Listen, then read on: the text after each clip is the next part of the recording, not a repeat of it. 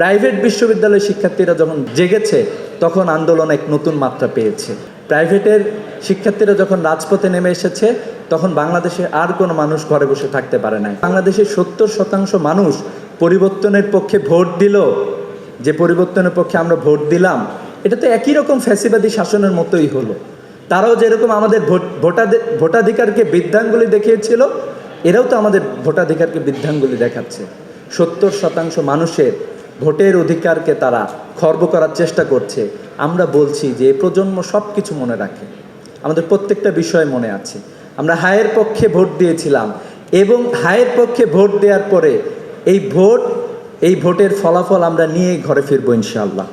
আমি জুলাইকে ভিন্নভাবে দেখি। জুলাইয়ে মনে হয়েছিল যে আমরা যেন প্যালেস্টাইনে চলে গিয়েছি। প্যালেস্টাইনে আমরা দেখেছি ভাইয়ের লাশ নিয়ে বোনেরা মিছিল করে। যাত্রাবাড়িতে আমরা এটা দেখেছিলাম যে দুই বোন, যমজ বোন, তার ভাইয়ের লাশ নিয়ে রাজপথে মিছিল করেছে। আমরা দেখেছি শহীদ আনাসের চিঠি, সেখানে তার আকুতি, মাত্র একটা ক্লাস 9-10 ছেলে, তার আকুতি যে আমি চলে যাচ্ছি, আমি আর আসবো না, দেশকে মুক্ত করতে হবে, এই বিষয়গুলো সে বলছিল। তো এজন্য আমরা প্রাইভেট বিশ্ববিদ্যালয়ের শিক্ষার্থীদের আমরা একটু বিশেষভাবে ধন্যবাদ জানাই। কারণ আমরা যখন 17 তারিখ ঢাকা বিশ্ববিদ্যালয় হল যখন ভ্যাকেন্ট করে দেওয়া হয়েছিল, আমরা যখন ঐক্যবদ্ধভাবে শিক্ষার্থীরা ছাত্রলীগকে ক্যাম্পাস থেকে বিতাড়িত করেছিলাম, পরের দিন হল ভ্যাকেন্ট করা হয়েছে, টিয়ার শেল গুলি মেরে ক্যাম্পাস খালি করা হয়েছে। কিন্তু আমরা দেখেছি যাত্রাবাড়িতে নতুন আন্দোলন দানা বেঁধেছে এবং পরের দিন প্রাইভেট বিশ্ববিদ্যালয়ের শিক্ষার্থীরা যখন জেগেছে তখন আন্দোলন এক নতুন মাত্রা পেয়েছে। আমরা প্রাইভেট শিক্ষার্থীদের মাধ্যমে আন্দোলনকে সুসংগত করেছি। প্রাইভেটের শিক্ষার্থীরা যখন রাজপথে নেমে এসেছে তখন বাংলাদেশে আর কোনো মানুষ ঘরে বসে থাকতে পারে নাই।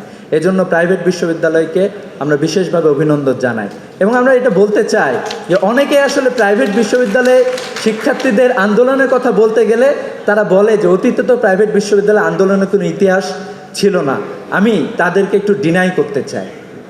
আমি বলতে চাই যে 90 সালে বাংলাদেশে প্রাইভেট বিশ্ববিদ্যালয় এইভাবে ছিল না এবং এইভাবে জনপ্রিয় ছিল না।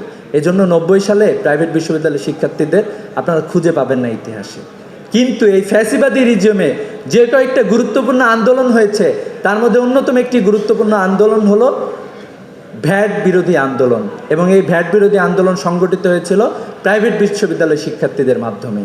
আমরা দেখেছি কোটা আন্দোলনে প্রাইভেট বিশ্ববিদ্যালয়ের শিক্ষার্থীরা পাবলিক বিশ্ববিদ্যালয়ের শিক্ষার্থীর সাথে নেমে এসেছিল এবং 24-এ প্রাইভেট বিশ্ববিদ্যালয়ের শিক্ষার্থীরা নতুন এক বাংলাদেশ বিনির্মাণে অগ্রণী ভূমিকা পালন করেছে। আমরা বিশ্বাস করি আগামীর দিনেও প্রাইভেট বিশ্ববিদ্যালয় যে নজির স্থাপন করেছে, এই নজির স্থাপন করে আগামীর বাংলাদেশ বিনির্মাণে আমরা সবাই একসাথে কাজ করবো ইনশাআল্লাহ।